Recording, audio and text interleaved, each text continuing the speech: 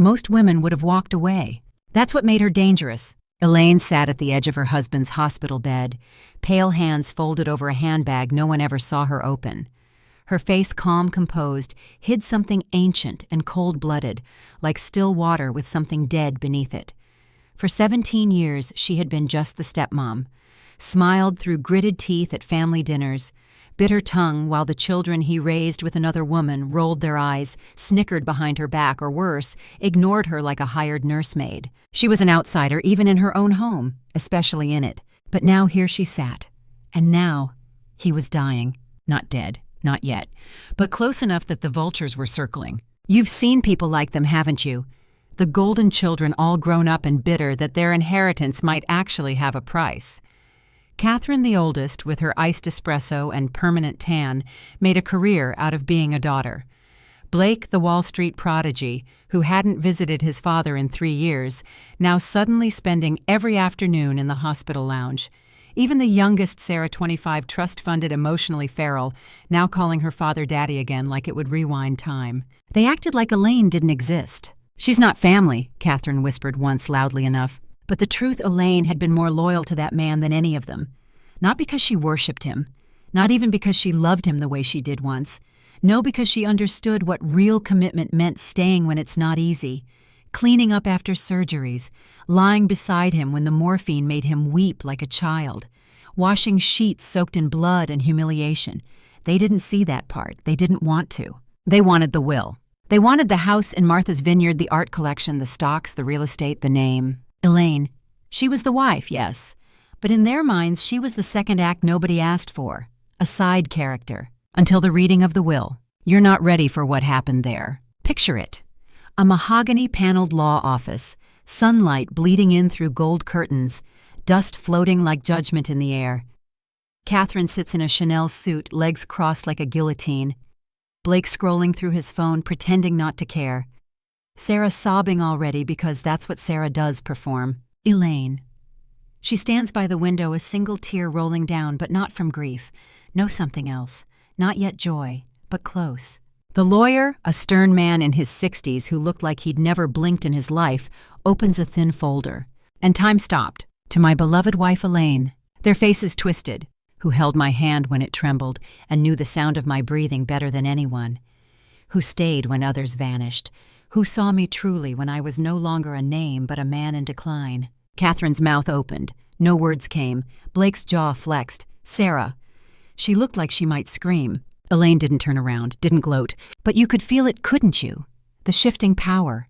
The unraveling fantasy that they, the chosen children, would of course inherit it all. They never noticed the quiet one watching. The stepmother in the shadows. But the will did. Everything. The estate. The businesses, the properties, even the painting above the fireplace they all assumed they'd fight over was left to Elaine. Not shared, not split, sole beneficiary. I trust her judgment, the letter read more than any other. If she chooses to distribute, she will. If not, know that it is her right. She earned it. Silence exploded like thunder. You could hear the foundations of entitlement cracking in their bones. But this wasn't revenge, not yet. Elaine turned finally to face them. No anger, no spite. Just a woman who had known her worth and been ignored long enough to weaponize it. Sometimes the quietest woman in the room is the one rewriting your fate. The silence after the will was read wasn't just heavy, it was surgical. It carved through the room, left raw skin exposed. Catherine blinked as if reality would shift if she stared long enough. Blake suddenly looked older, like the weight of his image couldn't hold without the inheritance propping it up. Sarah's lip quivered not from sadness, but the realization that her performance had found its final curtain. But Elaine, she didn't flinch. She didn't smirk, didn't gloat, didn't correct the lawyer when he mispronounced her last name. That in itself was a power move. Let them believe she was still small. The truth had already detonated. Have you ever watched people scramble to reframe a narrative they no longer control? Blake leaned forward first, all faux diplomacy and clenched teeth. I'm sure there's a trust. Something for the family. Catherine's voice followed velvet-wrapped venom. Surely Dad didn't mean everything, Elaine. That wouldn't be fair. Fair! Funny how that word only surfaces when power shifts. Elaine finally spoke, her voice a lullaby lined with iron. He made his decision. I wasn't involved. And that was true. She didn't coerce, didn't manipulate. She simply showed up for 17 years while they vanished into their lives, only returning when his health began to fade and the scent of death brought them crawling back like moths to a burning checkbook. She had no need to defend herself, but they needed her to. Because what they feared wasn't losing the estate. It was losing the story, the carefully constructed myth that they were the center, that their suffering gave them moral superiority, that Elaine, the outsider, the stepmother, the uninvited second act, would forever remain beneath them. But she had slipped the script from their hands. You could see Catherine recalculating, eyes flicking like an algorithm gone frantic. Blake trying to recall the last time he'd even spoken to Elaine, maybe Thanksgiving. Maybe not. Sarah, she whimpered. But he was our dad. Elaine turned to her, then slowly. And he was my husband. The room cracked at the seams. You think family is blood? It isn't. It's who watches you fall apart and chooses to stay, who learns the smell of antiseptic and death and still shows up with flowers and clean pajamas, who sees your mind slip into fragments and whispers your name back into your bones. They didn't show up until the end. Elaine had stayed since the middle, and now she was done being invisible. Back at the estate, the staff greeted her differently, not out of fear, out of recognition. The housekeeper, Rosa, took her hand without words. The groundskeeper nodded solemnly. Even the lawyer, a man made of granite and protocol, lingered a moment too long before leaving, like he knew he'd just witnessed something rare, a quiet woman win without raising her voice. But the calls started immediately. Blake pretending to be civil, offering advice on how to manage investments. Catherine sending her assistant with flowers and a note that reeked of curated sorrow. Sarah leaving voicemails, some crying, others screaming. You could almost hear the unraveling. Elaine didn't block them. She simply didn't reply. And that silence, it screamed louder than any insult. Because here's the truth no one tells you. The ones who dismiss you when they think you have nothing are the ones who'll beg the loudest when they realize you were everything. Elaine walked the halls of her house now with bare feet and the scent of lavender trailing behind. For years, she had tiptoed, made herself small, rehearsed her lines like a background character. But no more. And when the golden children returned, not for love, not for grief, but to renegotiate their image, she met them not with rage, but a quiet gaze that said that, "You wrote me off, now I hold the pen." Catherine showed up first. A week after the will, she drove up in her silver Mercedes, the kind that whispered old money and screamed desperation when it parked too fast. She didn't knock, just walked through the front door like she used to, like the house still belonged to her. It didn't. Elaine was sitting in the solarium where her husband used to nap under the warm glass ceiling. She was drinking tea, not from one of the delicate cups she used to save for guests, but a plain white mug. She didn't rise, didn't offer Catherine a seat. "I just want to talk," Catherine said, eyes scanning the room as if memories might save her now. Elaine nodded slowly. "Then talk." You could see Catherine shrink at that, not because of the words, but because of the silence that wrapped around them. The silence of a woman who had nothing left to prove. "Look!" Catherine started, her voice all business, like she was negotiating a merger instead of begging for dignity. "I know Dad changed the will, but he wasn't thinking clearly at the end. You and I both know that." Elaine stared at her, not cold, not even angry. "Just still," Catherine faltered. "He would have wanted us to be taken care of." "You were," Elaine replied. "Not like this." "No, not like this." Catherine clenched her jaw. "Do you enjoy this, watching us squirm?" Elaine finally stood. She didn't raise her voice. She didn't need to. "I watched for 17 years. I watched your father beg for your attention. I watched him cry on his birthday when not one of you called. I watched him delete texts he never got replies to. I watched him pay your rent, your rehab, your school fees, and I watched you resent him anyway. You didn't lose a father, Catherine. You lost an ATM." Catherine blinked. "But I stayed. Through every heart attack, every chemo cycle, every forgotten anniversary. I stayed when he forgot my name. I stayed when he lashed out. I stayed when I stopped being his wife and became his nurse. And when the end came, I was the only one who didn't run." Elaine stepped closer, not intimidating, just grounded, rooted. "You want to know what I enjoy?" she whispered. "Peace. Finally, peace." Catherine didn't argue after that. She left, eyes glassy, walking a little faster than she meant to. She didn't slam the door. That would have required confidence. She just exited, like the final line of a play that didn't land. Blake came next. He brought documents, spreadsheets, market trends, projections. tried to dazzle her with numbers with ideas on how to maximize value and protect the legacy. Elaine listened, then asked one question. "When's the last time you spoke to your father without needing something?" Blake paused, mouth open, closed it, swallowed. "That's what I thought." She left the papers on the table, never touched them again. Sarah never came in person. Her voice filled Elaine's phone in bursts of voicemail monologues, some high-pitched with weeping, others low and snarling with threats. You could almost feel her unraveling, spiraling between guilt and rage. Once at 2 a.m., she texted, "You stole him from us. You stole our dad." Elaine stared at the screen for a long time before replying, "I never had to steal what was already abandoned." And that was it. No more calls. You might think Elaine was cruel. That's because you're used to women apologizing for surviving, for choosing themselves. She had done the hard thing, not by inheriting an estate, but by carrying the weight of being second choice in everyone's eyes for nearly 2 decades, yet still choosing to show up with grace. That kind of strength.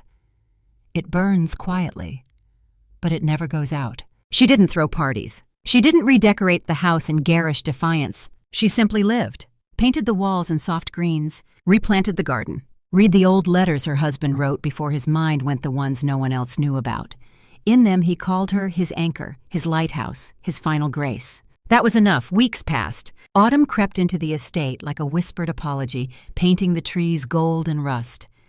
Elaine walked the grounds alone most mornings, a scarf around her shoulders, the cold air brushing her skin, but never quite reaching the bone. Something had shifted inside her. Not healed, not forgotten, but reformed. Hardened like glass, delicate yet sharp enough to cut. The world around her still expected her to justify herself. That's what women like Elaine learn early, that silence is seen as guilt, that softness is mistaken for weakness, that the second wife is always the suspect. But she no longer played that game. Not when the house had finally become hers in more than name. Not when she could walk past the portrait in the foyer, the one of her husband with his first family, and not flinch. She didn't take it down. That would have been petty. Instead, she moved it. Not to a closet or the attic, but to the second drawing room, a room no one used but her. She placed it on the wall across from the fireplace, surrounded it with soft lighting and nothing else. It hung there solemn and dignified, a memory with boundaries. Because Elaine didn't erase the past. She just refused to let it dictate her present. You ever wonder what happens when the woman who was always too polite finally stops making herself smaller? She becomes dangerous, not in the way of violence, but in the way of presence. One afternoon, a letter arrived, handwritten, no return address. It was from Catherine. "You've made your point. We get it. You won. Are you proud?" Elaine folded the letter slowly, sat with it in her lap. She didn't respond, because Catherine still didn't understand this wasn't about winning. It was about reclaiming. For 17 years, Elaine had been made to feel like a placeholder. The housekeeper, the nurse, the ornament at parties, never the mother, barely the wife, always the other. But she had stayed. She had carried the weight no one wanted and made sure it never crushed the man they all claimed to love. And now that he was gone, she carried only what mattered, her self-respect. Late one evening, she found herself in the study sorting through old documents. There, tucked between insurance forms and bank statements, was a sealed envelope, her name written in trembling ink. It was his handwriting. She hesitated, opened it. Inside just a few lines. "They'll never understand you, Elaine. But I did. You gave me peace when I had none. Let them scream. You were always the home I returned to." The tears came then sudden, ugly, holy. She sobbed into her palms, knees drawn to her chest like a child. For all the years she had swallowed her pain to protect someone else's comfort. For the birthdays spent alone, the times she wasn't invited, the cold shoulders, the forced smiles at Thanksgiving. She cried until she was empty. And then she stood, walked out to the veranda. The wind was fierce, the sky a blanket of ash and fading fire. She lit the fireplace beside the bench, sat down, and watched the trees shed their leaves. You think the fire in women like Elaine goes out? No, it just stops burning for others. Winter came sharp and unapologetic. Snow dressed the estate in silence, muting the chaos that had once echoed through its halls. Elaine moved through the house like a spirit, but not the kind that haunts, the kind that watches, that waits, that chooses stillness as a form of resistance. She wasn't lonely. She was alone, yes, but that's different, isn't it? Loneliness is a hunger for something you've never tasted. Aloneness is a feast you choose for yourself. The staff had dwindled. Not fired, just let go with severance and softness. Elaine didn't need a team to manage the estate. She needed space, breathing room, quiet. What do you do when your life has always revolved around someone else's gravity? You learn how to move without orbit. And slowly that's what she did. She started small, dusting her husband's old records, playing Ella Fitzgerald in the mornings, humming in the kitchen while the kettle boiled. She wore thick sweaters and wool socks, let her hair go silver at the roots. Not out of neglect, but because for the first time in years, she wasn't performing. She was just being. And then in January came the knock at the door. Not a letter, not a call. A knock. Elaine opened the door to find Sarah. Her coat was too thin, her mascara-smudged eyes swollen like she hadn't slept in days. No entourage, no theatrics. No, just a trembling girl who had once called her a stranger in her own home. "Can I come in?" Sarah asked, voice hoarse. Elaine stepped aside, said nothing. They sat in the kitchen like mother and daughter in a life that never happened. Steam rose from 2 cups of tea untouched. The silence between them was thick but not angry, just heavy with things unsaid. Then Sarah spoke. "I hated you," she said, "not because of anything you did, but because I needed someone to blame when he stopped being the dad I remembered." Elaine listened. She didn't nod, didn't comfort, just held the space like a mirror. "I thought you replaced her," Sarah whispered. "My mother. But she left. You didn't."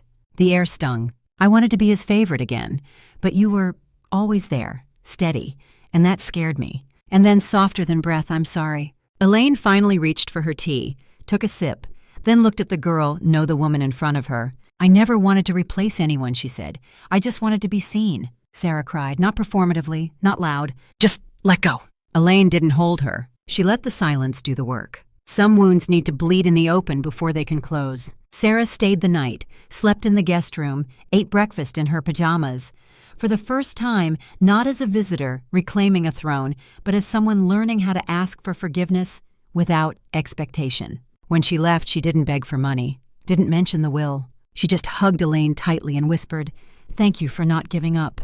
Elaine stood at the doorway long after she was gone. She didn't smile, but something inside her finally settled. A month later, the lawyer called. There had been legal murmurs from Catherine and Blake, threats of contesting the will. "They have no case," the lawyer said.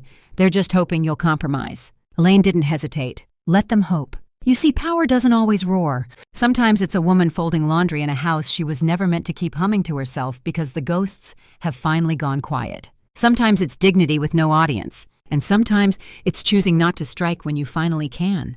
That's the real reversal. She didn't spend the inheritance on revenge, didn't lavish it on symbols of victory. Instead, she started a foundation in her husband's name, not for legacy, but for care, funding hospice training programs, creating grants for caregivers who were unpaid, unseen, unthanked. She remembered what it was like to be invisible. She would make sure others weren't. They called her the Ice Widow in some local circles, distant, unreadable, untouchable. Let them. They had called her worse. Because when the narrative slips from their hands, they try to rename you. But names don't matter. What matters is who you become when no one is watching. Spring broke open like a secret. Elaine stepped into the garden barefoot, the earth still damp with memory. Tulips pushed through the soil like they had something to prove. The wind had softened, carrying the scent of lavender and wet grass, and for the first time in a long time, the house felt alive again. Not haunted, not held hostage by history, just present. She had begun planting again. Not just flowers, but vegetables, herbs, life. A quiet rebellion. Each seed tucked into soil felt like a refusal to let bitterness root. Not forgiveness that was too simple, too linear. No, this was something deeper. A reckoning with herself. An understanding that what had happened couldn't be undone, but didn't have to define her anymore. Have you ever looked in the mirror and finally seen yourself not the wife, not the stepmom, not the caregiver, not the shadow? Just you. She had, and she looked strong. The calls from Catherine and Blake had stopped months ago. The threats dissolved like morning frost. Perhaps their lawyers told them the truth that the will was airtight, that their father had written it over time, not under duress. Or maybe they simply realized what Elaine had known all along. You can't steal what was never yours. They had wanted the estate, but they never earned the legacy. That was the part they never understood. Not everything can be claimed through blood or entitlement. Some things are earned in silence, in showing up and being the last one still holding a hand when the others let go. Elaine never spoke of revenge. She didn't need to. Poetic justice had already done the work. One afternoon, she walked to the attic, a place she hadn't entered since before the funeral. Dust greeted her like an old companion. Boxes lined the walls, some labeled with her husband's name, others left blank. She opened one, inside photos. Old ones, family trips, birthday parties, a picture of Catherine as a teenager frowning at the camera, Blake in a little suit holding a trophy, Sarah in a tutu spinning midair, and then tucked at the bottom a photo of herself. She didn't even remember it being taken. She was in the garden hair pinned back, laughing at something off camera. She looked younger, tired but radiant. A woman in the background, a woman becoming. She held the photo for a long time, not out of nostalgia, but as proof that she had been there, that she had mattered even if they tried to erase her. And when she finally tucked it back inside, it wasn't sadness she felt. It was release. Weeks later, she hosted a small gathering, not for appearances, not for status, but for the hospice nurses, the caregivers, the overlooked and overworked women who had done for others what no one had done for them. They laughed on the patio, clinking glasses, eating home-cooked food, sharing stories of lives unraveled and stitched back together. One of them, an older woman with kind eyes, turned to Elaine and said, "You're different than I imagined." Elaine smiled soft and quiet. "I'm different than I imagined." When the sun dipped low and the guests began to leave, Elaine stood alone beneath the wisteria vines, the petals raining down like gentle absolution. She didn't cry. She didn't sigh. She just breathed. And in that breath, there was no more pretending, no more needing to be understood, no more waiting to be claimed. She had done the unthinkable. Not inherited the estate, but survived the erasure and rewritten the ending. The woman who knows her worth doesn't beg, she watches. Then she rises.